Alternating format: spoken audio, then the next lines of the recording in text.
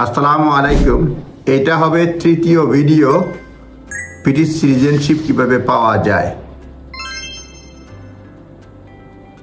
Born outside UK between 1 জানুয়ারি 1983 থেকে 30 June 2006।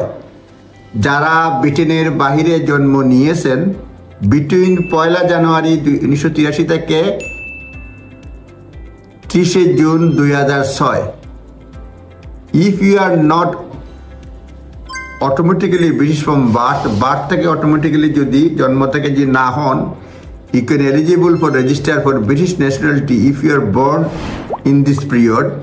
মানে এগুলো পাসপোর্টের কথা বলছি, রেজিস্ট্রেশনের কথা বলছি। Your father was a British citizen when you were born। 83 থেকে 2000 father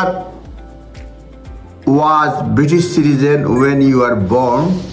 He was not married to your mother at that time। জন্মের সময় মায়ের সঙ্গে বিবাহিত নয়, এবং father was either born in UK or adopted in UK and given British citizenship after applying on his own right। এটা not by descent। Outside ইউকেতে 1983 সাল থেকে 30 জুন পর্যন্ত যদি কেউ জন্ম নিয়ে থাকে, জন্মের সময় ফাদার যদি ব্রিটিশ সিটিজেন হয়ে থাকে এবং ফাদার ওন রাইটে যদি তার ব্রিটিশ সিটিজেনশিপ পেয়ে থাকেন এবং সে যদি তার মাদারের সঙ্গে বিবাহিত না হয়, তাহলে সে রেজিস্ট্রেশন করতে পারবে ব্রিটিশ ন্যাশনাল হিসেবে। এটা হচ্ছে টাইম লাইন, হচ্ছে 1 জানুয়ারি 1983 সাল থেকে 30 জুন 2006 সাল। আমি পড়ে নিচ্ছি আবার অনেকের সুবিধার জন্য। If you are not automatically British from birth, জন্ম থেকে ব্রিটিশ যদি না হন, you can be eligible for register for British nationality if you are born in the period.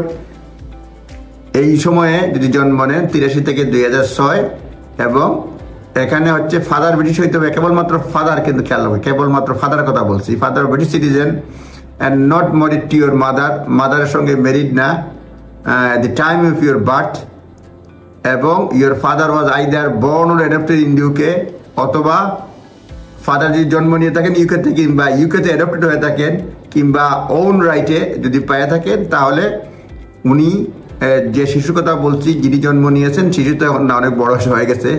1983 সালের 1 জানুয়ারি থেকে 30 জুন পর্যন্ত যাদের জন্ম নিয়েছে তারা ব্রিটেনের বাইরে জন্মগ্রহণ করেও ব্রিটিশ ন্যাশনালিটির জন্য অ্যাপ্লাই করতে পারবেন। এক্সপার্টের ওপিনিয়ন নেবেন, তারপরে অ্যাপ্লাই করবেন। ধন্যবাদ।